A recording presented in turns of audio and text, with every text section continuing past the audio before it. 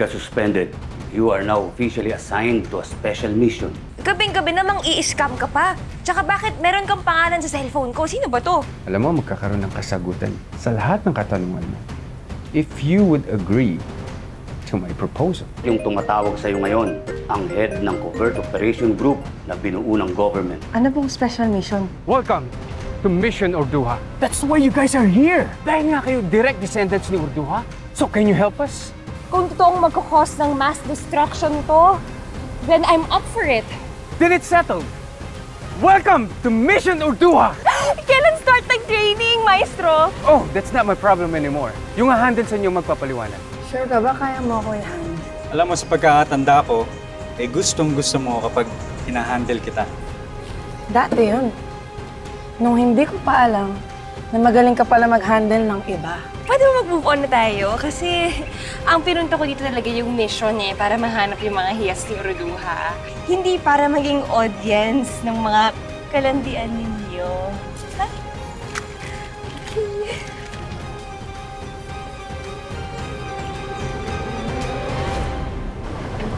Ako talaga nahulog, Kevin. Sinasabi ko talaga. What's so interesting about the Golden Crown of Urduha? Meron siyang kakaibang kapangyarihan, Freya. I feel it. This may sound weird, pero parang pakiramdam ko, meron akong malalim na koneksyon sa lahat ng hiyas ni Urduha. Like what powers? I don't know. Let's find out. Sounds fun.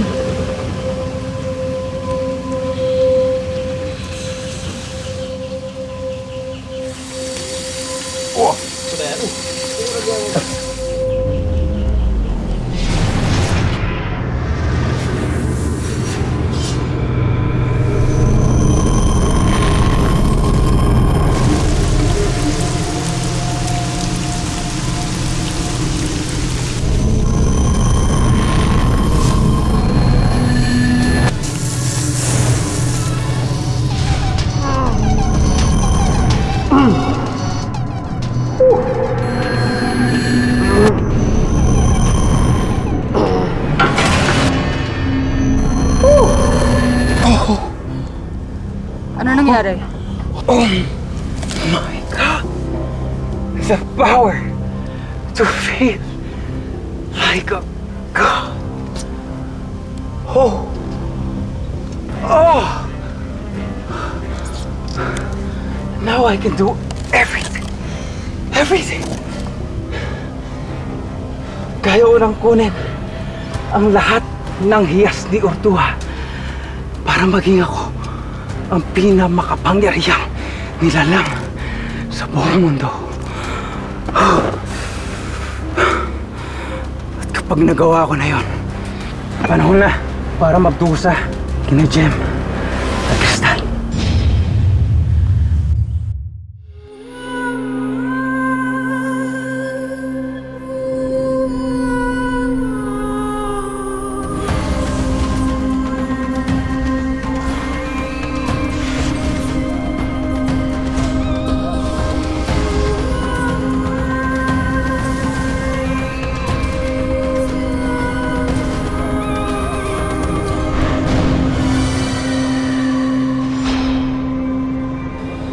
Davino, Posadas, meet the core team of Mission Urduha.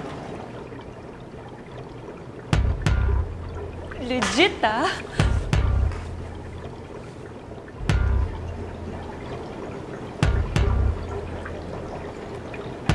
This is Dr. Steven Padilla, aka Arky.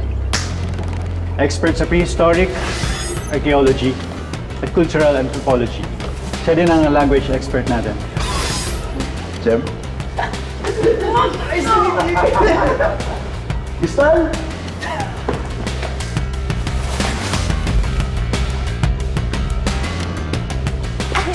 I'm Kristal.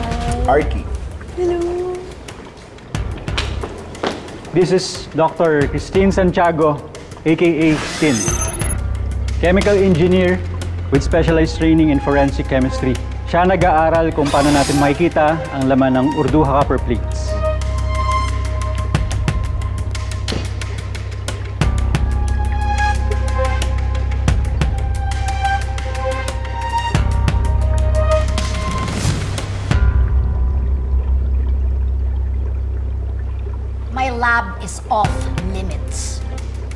This is Dr. Benjamin Hipolito, aka Doc, Resident Data Analyst at IT expert natin. What's up, Doc? Jem, Crystal, we've been briefed about you. Welcome to Mission Urduha.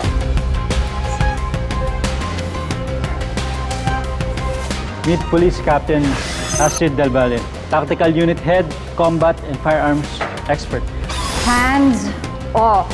Next time, huwag mong gagalawin yung di mo naman alam gamitin. That is a custom-made assault rifle. And you have to be specially trained to use that.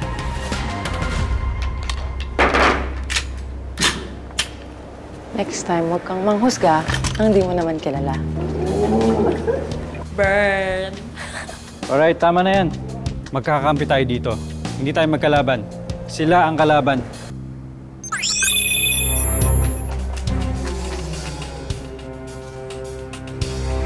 Nakakalap na kami ng intel tungkol sa kanila.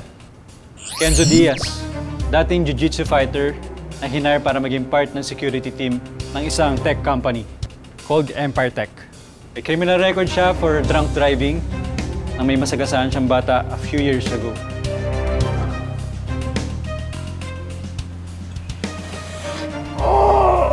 Wala talaga. Wala. Si Valencia Nadales, stylist at dating model, na ngayon ay isa ng disguise at concealment expert.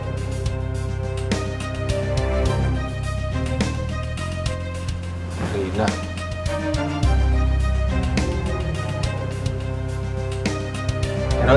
Nothing. Wala din. Wala naman eh! Next, si Riker Gustillo, anak ng isang tech billionaire, kaya may limited access siya sa tech at weapon prototypes. Siya ang hacker ng grupo. Ano, wala? Wala eh. Wala naman eh. Ito naman si Freya. Siya ang pinakamisteryosong miyembro sa team nila. Isa siyang highly skilled combatant.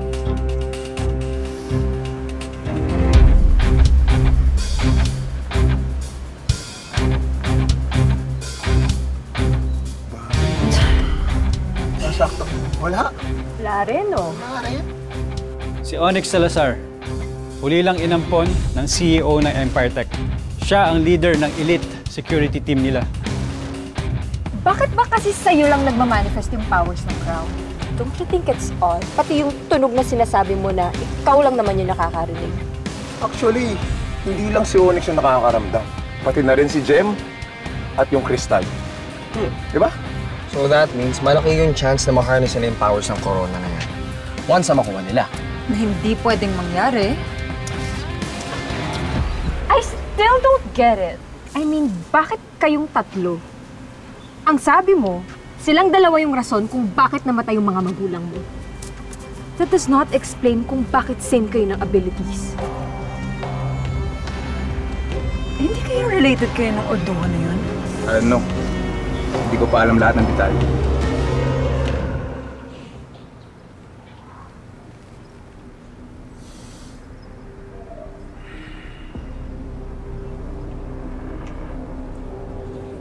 Sabihin mo sa akin ang totoo. May kinalaman ba si Onyx sa nangyari sa museo? May mailalabas po sila ng composite sketch ng suspect ng investigators ng museum. Pero wala pa akong access. Kumuha ka ng access. Hindi. Yes, Chairman.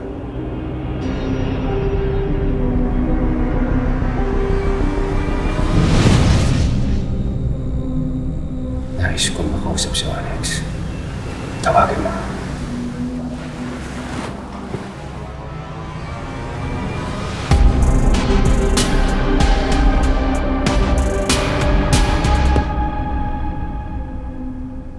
And lastly, si Marcel Batibot Tan, a.k.a. Chairman, CEO ng Empire Tech at pinaniniwalaan naming front sa isang Black Ops operation para hanapin ang mga Urduha jewels. Kamukha niyo. Kamukha ako?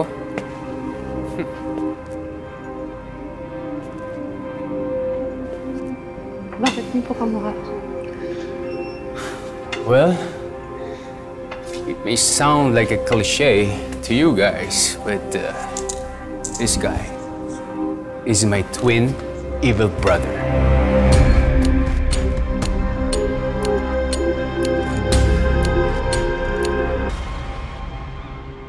He's known for the name Marcel. Pero sa ngayon, nagkaroon siya ng code name, Chairman. So you mean yung kalaban natin, yung evil twin brother mo? Well, sad to say, yes. And sooner or later, makaka-encuentro niyo siya. And if I were you, you have to be very, very careful. Because he's a very, very dangerous man. So, si Chairman po yung mastermind ng grupong gustong pumatay sa atin. Yup. And like I said, pag nakaharap niyo siya, mag-ingat kayo. Because he can kill you just like that.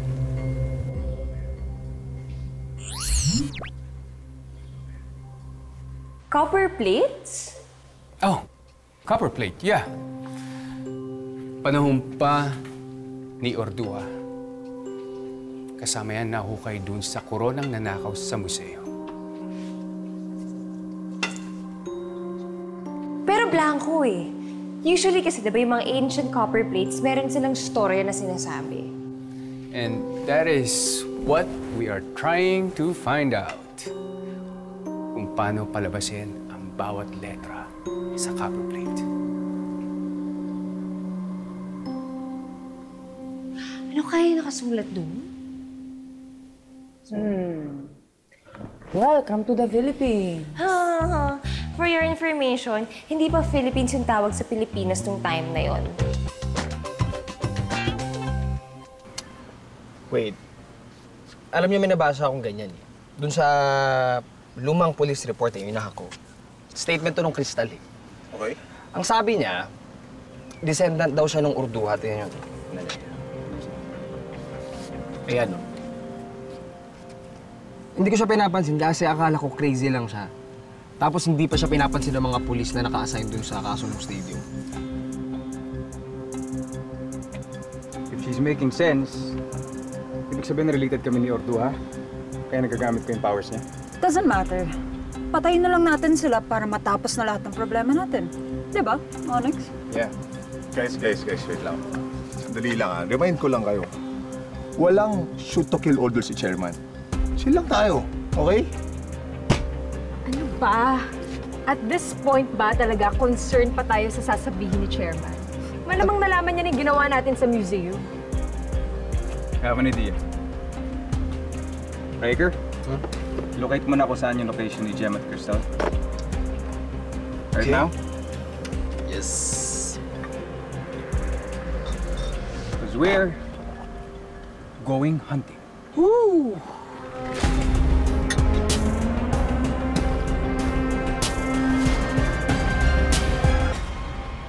Alam niyo, hindi ko na maping yung locations nila. Para silang nag-offline. Well, we have to move. Abangan na lang natin sila sa mga bahay nila.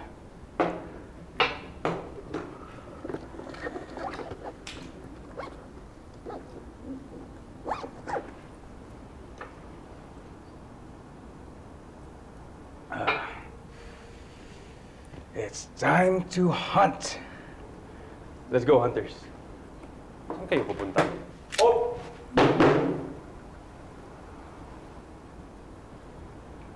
Well, we have a new lead. Tungkol sa mga hiyas. Kailangan na namin i-follow up. Bakit? Kausapin daw kayo ni Chairman. May na?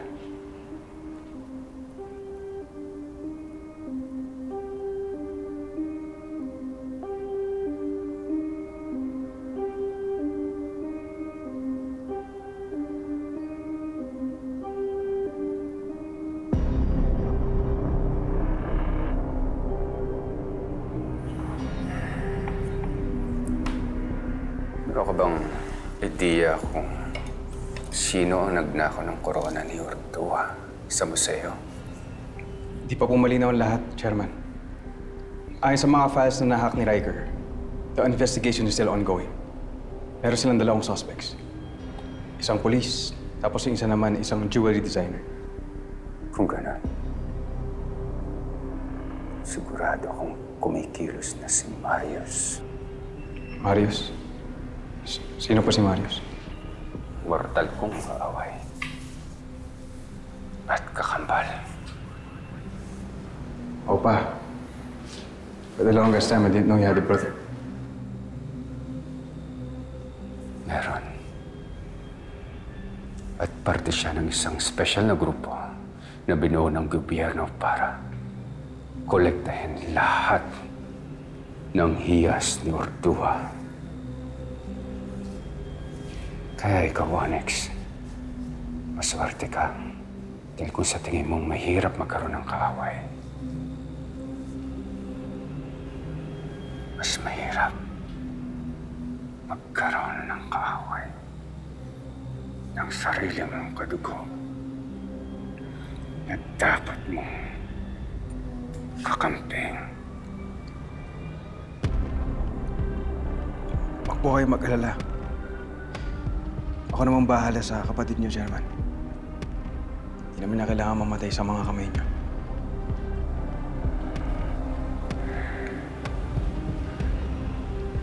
Mabuti kung ganun.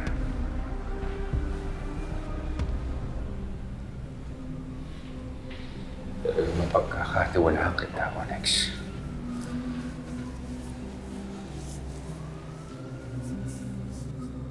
Siya nga po pala, Chairman. Meron kami nakuha bagong intel. Remember when I told you I'm hearing strange sounds? Naririnig din yun ng suspects na connected sa pagkuha ng corona ni Orduha. Totoo? Yeah. First, wala akong may sasagot sa sinasabi mo. Nagsasabi po ako ng totoo. Yung isa pa nga pong suspect, she said na she's a direct descendant of Orduha. Is it true? Meron pa bang descendant si Orduha this time? Kalokohan. Wala sa kasaysayan ni Orduha na nagkaroon siya ng mga anak. Kaya kung sino man ang kausap mo, sigurado ako nililing lang ka lang niya. Huwag mo silang intindihin.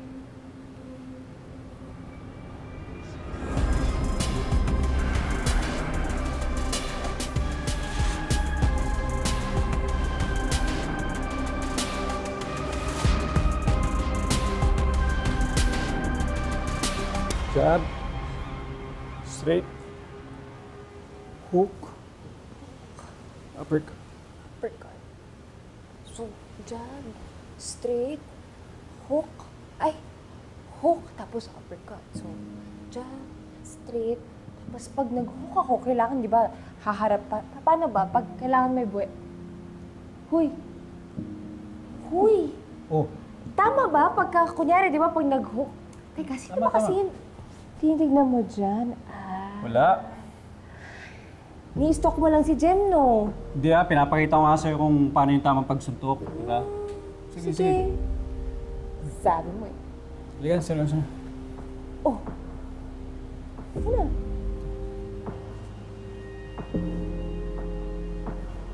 Uy.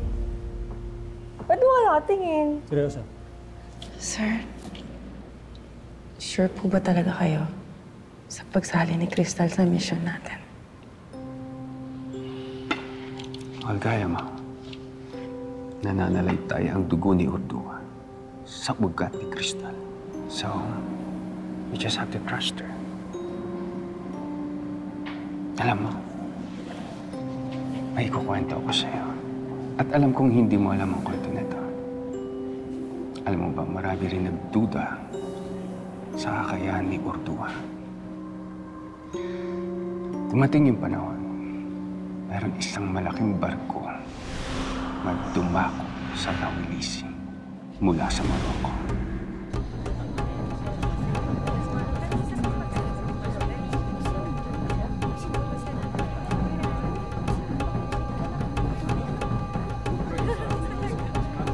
At ang sakay nito ay isang explorer, si Ibne Batuta. Nauni akbad ayuha al-kuffar!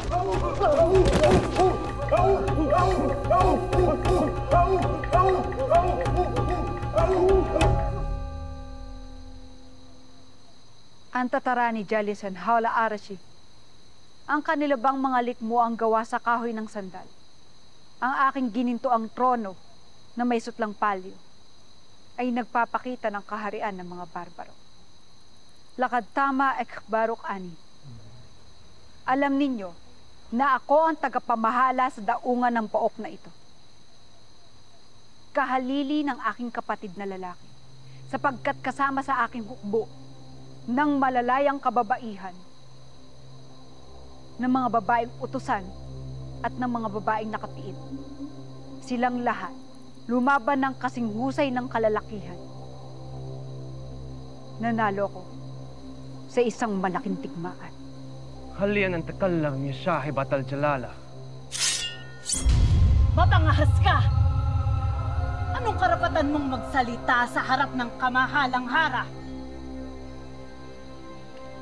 Salaknib. Bigyan siya ng pagkakataon na magpaliwanag sa laknib.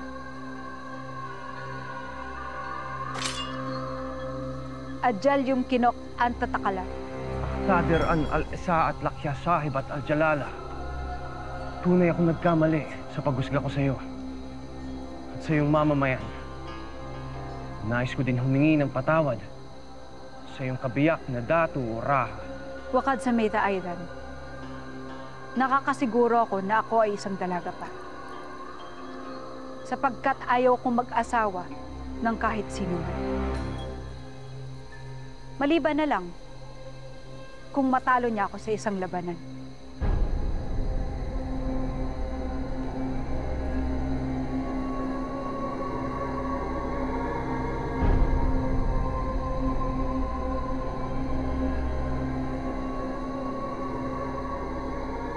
Ang mga manliligaw sa pook na ito ay natatakot na magsubok man lang dahil sa takot na magapi sila ng isang babae.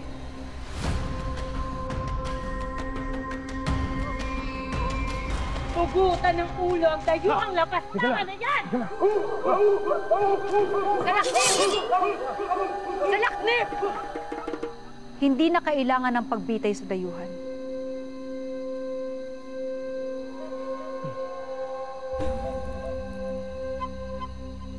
Sa halip, siya ay pamanghain natin sa mabuting pakikitungo sa ating mga bisita sa Tawalisi. Alan, hal sa tandam ilay na fi wali matina. O kailangan pang ang aking hukbo ang mag-aniyaya sa inyo.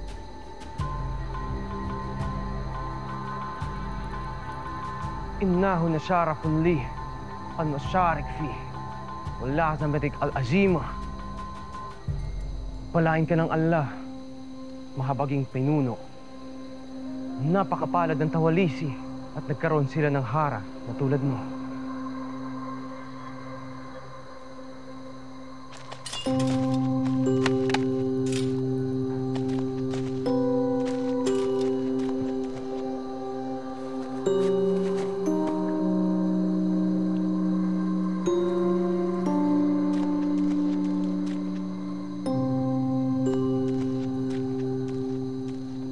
Humanda para sa sayaw ng hara!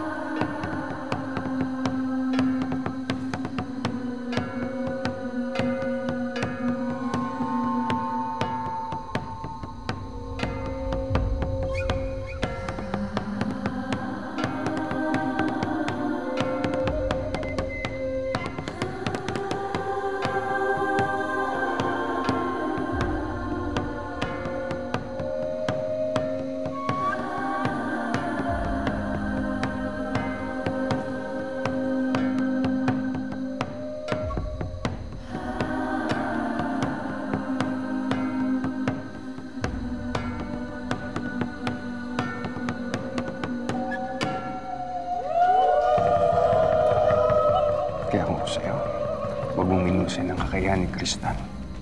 Gaya ng pagkakamali ni Ibne Batuta kay Ortuha. And you'll never know. Si Crystal pa ang magligtas ng buhay mo.